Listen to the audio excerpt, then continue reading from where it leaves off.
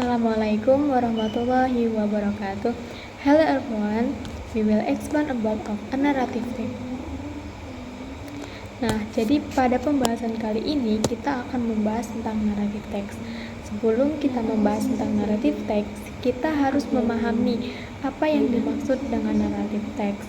Nah, jadi narrative text itu ialah cerita fiksi yang biasanya itu berbentuk dongeng, cerita rakyat, cerita binatang, atau yang lain sebagainya.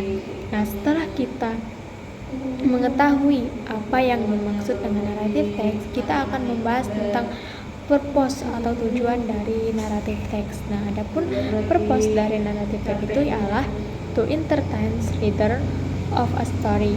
Nah, jadi tujuan dari teks naratif itu ialah untuk menghibur para pembaca dengan cerita yang telah ditulis. Nah, selanjutnya itu ada general struktur atau susunan umum dalam menulis naratif teks. Nah, itu ada 4 susunan. Yang pertama itu ada orientation, ya, atau setting cerita yang biasanya itu berupa pengenalan tokoh, waktu, dan tempat. Nah, yang kedua itu ada complication atau konflik.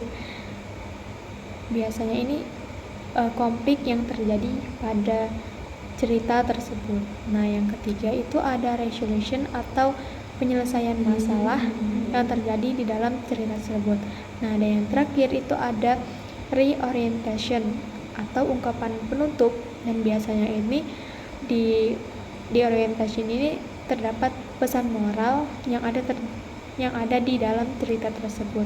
Nah, jadi bisa disimpulkan bahwa teks naratif itu adalah cerita fiksi yang biasanya itu berupa dongeng, cerita rakyat. Misalnya seperti contoh cerita bawang merah bawang putih,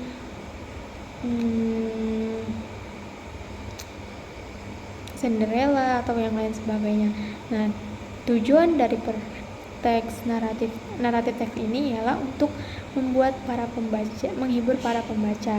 Nah, yang terakhir itu ada susunan atau cara membuat teks naratif itu ada 4. Yang pertama orientation, yang kedua complication, dan yang ketiga resolution, dan yang keempat reorientation. Nah, mungkin hanya itu yang dapat kita bahas kali ini.